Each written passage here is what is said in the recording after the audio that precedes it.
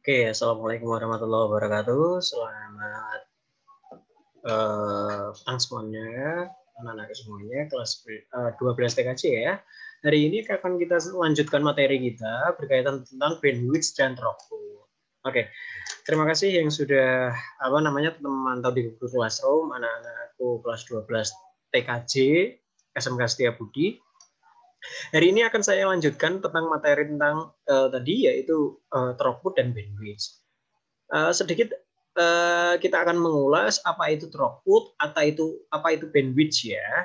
Oke, slide-nya akan saya ganti deh. Kita akan secara singkat saja pada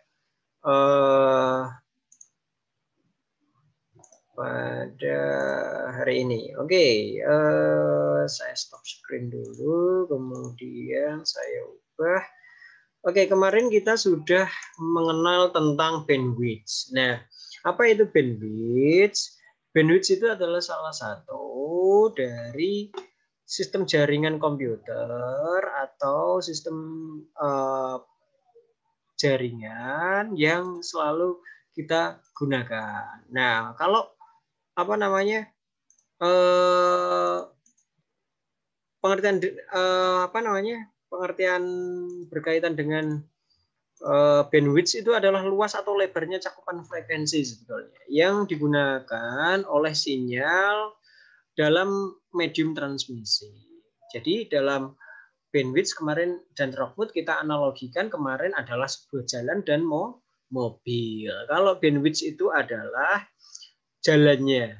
Jadi cakupan frekuensinya. Kalau throughput itu adalah mobilnya. Jadi kita punya gambaran di situ mana yang jauh lebih didahulukan besarnya dan mana yang didahulukan tentang mobilnya.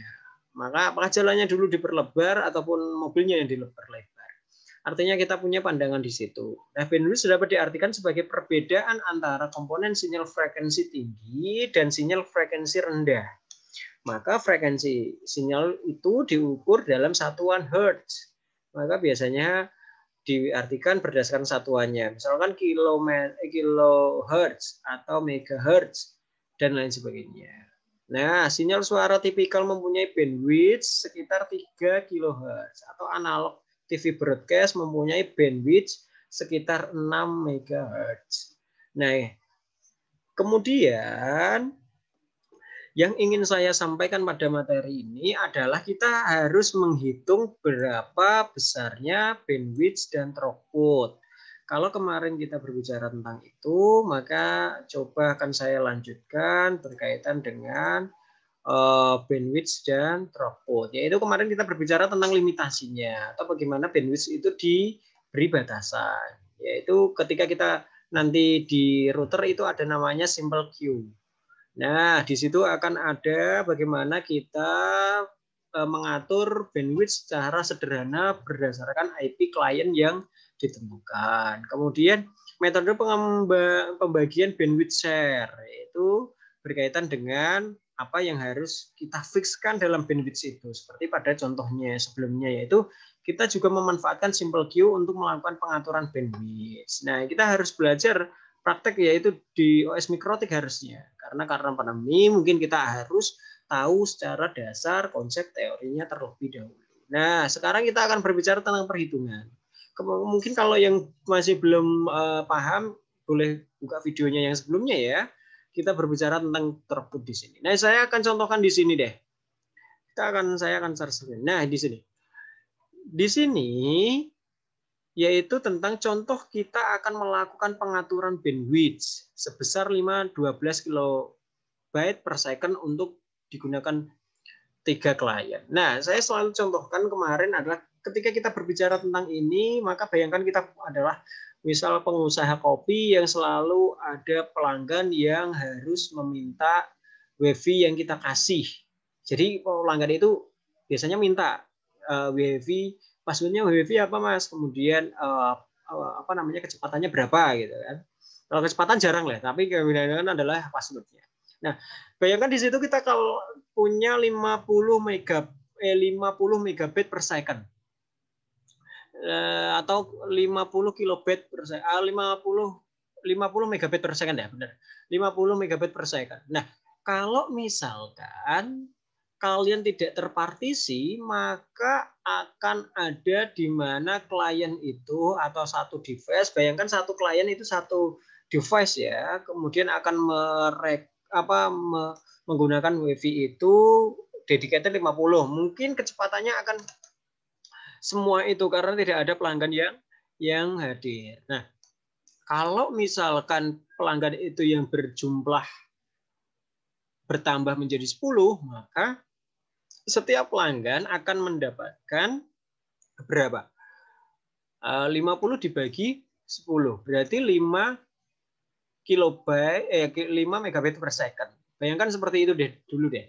Maka akan dibagi semuanya. Nah, dalam pembagian itu kita akan memanajemen sebetulnya, mengatur bagaimana bandwidth itu diperuntukkan pada sesuatu yang tepat dan pada klien yang tepat. Misalkan gini, kalau di tempat kopi itu ada server, maka kita harus alokasikan bandwidth itu kepada server sejumlah sekian. Kemudian selebihnya akan dibagi pada customer atau klien.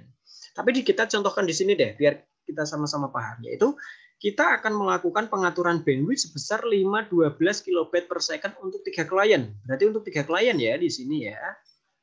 3 klien. Nah, 3 klien. Sejumlah berapa? Sejumlah 512. Konsepnya adalah dalam keadaan semua klien melakukan akses, maka masing-masing klien akan mendapatkan bandwidth minimal 112. Nah, ini dari mana? Ini didapat dari 512 dibagi sejumlah klien yang ada. Kalau di sini berarti 3. Kemudian selanjutnya adalah jika hanya ada satu klien, maka bandwidth itu akan menjadi utuh, yaitu 512 kilobit per second. Nah, selanjutnya sekarang. Jadi kita punya gambaran kalau ini 3 maka harus dibagi 3, kalau 1 maka akan utuh. Kemudian jika terdapat beberapa klien, tidak semua klien melakukan akses, maka bandwidth yang tersedia akan dibagi rata sejumlah klien yang aktif. Misalkan gini, 3 klien, kemudian ada 2 klien yang aktif, kemudian ada 1 yang off. Off misalkan ya. Off. Nah, maka 512 ini akan dibagi sejumlah klien yang aktif, yaitu 2. Jadi 512 dibagi 2. Sekitar dapatnya adalah sekitar 200 sekian lah. Oke, nah kemudian yang ingin saya sampaikan adalah dari perhitungan throughput-nya. Nanti dalam throughput-nya dan bandwidth itu akan kita klasifikasikan. Mana yang device yang mungkin ataupun klien yang mempunyai bandwidth yang diperuntukkan secara besar. Contohnya tadi server, kemudian perangkat yang lainnya, dan memanajemen itu. Maka kita akan mempunyai gambaran bahwa perhitungan bandwidth dan throughput itu diperuntukkan ketika kita menganalisis bagaimana kebutuhan kliennya. Mana yang jauh lebih besar, mana yang jauh lebih kecil. Nah, mungkin itu teman-teman semuanya atau anak-anakku semuanya yang sudah melihat video ini tetap sehat semuanya. Mungkin videonya agak sedikit singkat dan saya mohon anak-anakku semuanya tetap selalu melihat video ini kalau ini video berkaitan dengan apa yang kita praktekkan nanti yang ada di lab. Nah, dalam microtik. Setelah itu nanti akan kita belajar tentang load balancing. Ya, load balancing. Tapi selama 1 semester kita cuma mendapatkan 2 materi ini, firewall dan manajemen bandwidth. Gitu ya teman-teman semuanya, anak-anakku semuanya. Terima kasih yang sudah hadir. Kita akan ketemu lagi di hari Sabtu. Saya akan selalu mengupload video ini untuk kalian. Tetap sehat, Nanda, Restu, Yusuf, dan lain sebagainya. Yang tidak disebutkan ya, banyak sekali anak-anakku semuanya yang mungkin jarang aktif. Terima kasih yang sering aktif ya.